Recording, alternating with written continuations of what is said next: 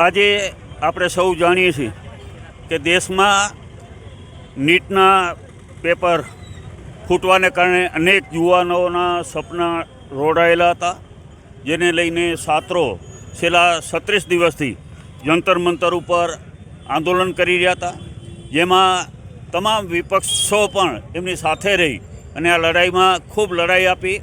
અમારા રાષ્ટ્રીય નેતા રાહુલજી, જે સતત આપણે સૌએ જોયું કે ખૂબ લડાઈ લોકસભામાં લડી, રસ્તા ઉપર લડ્યા, પીએમ આવાસની સામે જઈને આંદોલન કર્યા અને અંતે સરકારને ઝૂકવું પડ્યું. આ તાનાશાહી સરકારને ઝૂકવું પડ્યું છે. આજની જે જીત છે એ યુવા છાત્રોની જીત છે, યુવા શક્તિની જીત છે, યુવાનોની તાકાતની જીત છે અને સાથે સાથે કોંગ્રેસ પક્ષની પણ જીત છે કે કોંગ્રેસ પક્ષ આજે લડાઈ લડી અને છાત્રોને ન્યાય અપાવ્યો છે. આટલા દિવસ પછી 36 દિવસ પછી ધર્મેન્દ્ર પ્રધાનને રાજીનામું આપવાની ફરજ પડી છે.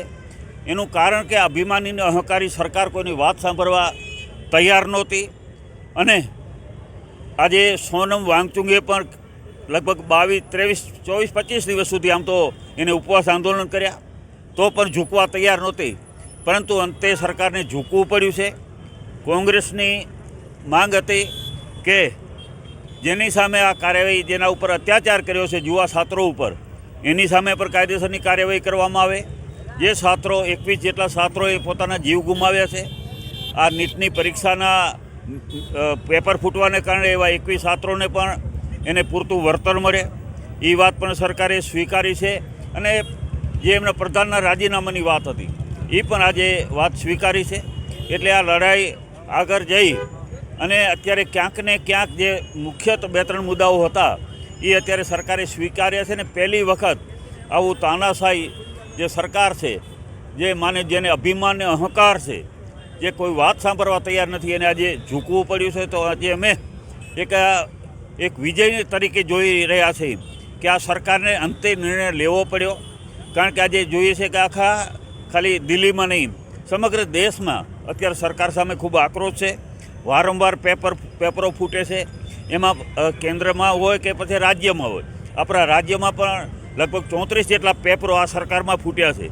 તો આમ કાયમ આ જે યુવા છાત્રો છે એનું ભવિષ્ય, એમના જે સપના છે એનું ચકનાચૂર આ સરકાર કરી રહી છે.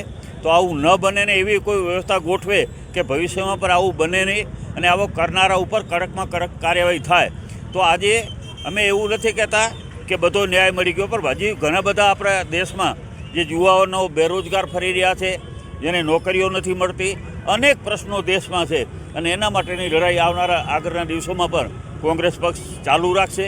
તો આજે જે રીતે સરકારને પીછેહટ કરવી પડી, આ પીછેહટ કરવાનું મુખ્ય કારણ યુવાઓની તાકાત, છાત્રોની તાકાત અને સાથે સાથે વિરોધ પક્ષ તરીકે કોંગ્રેસ પક્ષે પણ અમારા રાષ્ટ્રીય નેતા રાહુલજી પણ ખૂબ લડાઈ લડ્યા છે અને એનું આજે આપણને જોઈ રહ્યા છીએ કે આજે આપણને રિઝલ્ટ મળ્યું છે.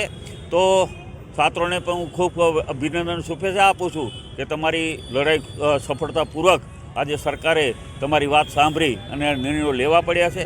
અને આગામી દિવસોમાં કોંગ્રેસ પક્ષ હંમેશા યુવાનો માટે, વિદ્યાર્થીઓ માટે અને શિક્ષણની વ્યવસ્થા, જે અત્યારે આ સરકારે માત્ર ને માત્ર વેપાર કરી નાખ્યો છે, ખાનગીકરણ કરી નાખ્યું છે, વેપારીકરણ કરી નાખ્યું છે, એમાં સુધાર આવે અને બાળકોનું ભવિષ્ય સુનિશ્ચિત થાય એના માટે અમે પૂરેપૂરા પ્રયાસો કરીશું. આજે પ્રદર્શન બસ આજે જે સરકારે વાત સ્વીકારવી પડી, સરકારને ઝૂકવું પડ્યું, સરકારને માનવું પડ્યું અને જે યુવા છાત્રો હતા એને આજે ખૂબ લડાઈ લડી છે, એને પણ અમે અભિનંદન પાઠવીએ છીએ અને આવનારા દિવસોમાં જ્યાં પણ કોંગ્રેસ પક્ષની જરૂર પડશે ત્યાં યુવાનો સાથે રહી અને અમારી લડાઈ ચાલુ રાખી. આજે 12 વર્ષથી ભારતીય જનતા પાર્ટીની સરકારની અંદર જે દેશની અંદર અલગ અલગ કિસાનો હોય, યુવાનો હોય, મજૂરો હોય અને છેલ્લે હમણાં વિદ્યાર્થી ઉપર જે બહાર થયો અને વિદ્યાર્થી આંદોલનની શરૂઆત થઈ. ખરેખર આ દેશની અંદર અત્યાર સુધી એમ લાગતું હતું કે લોકશાહીનું હનન થઈ, ફરી લોકશાહી જીવતી નહીં થાય.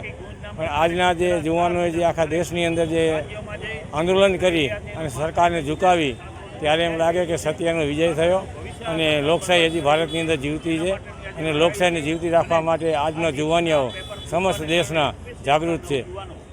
એની અંદર આખા દેશની અંદર વિદ્યાર્થીઓ સાથે મળી અને દિલ્હીની અંદર છેલ્લા 1 મહિનાથી અને સોનમ વાંચુ જે 25 દિવસ સુધી આ ઉપવાસ કર્યા એનું મોટું યોગદાન છે.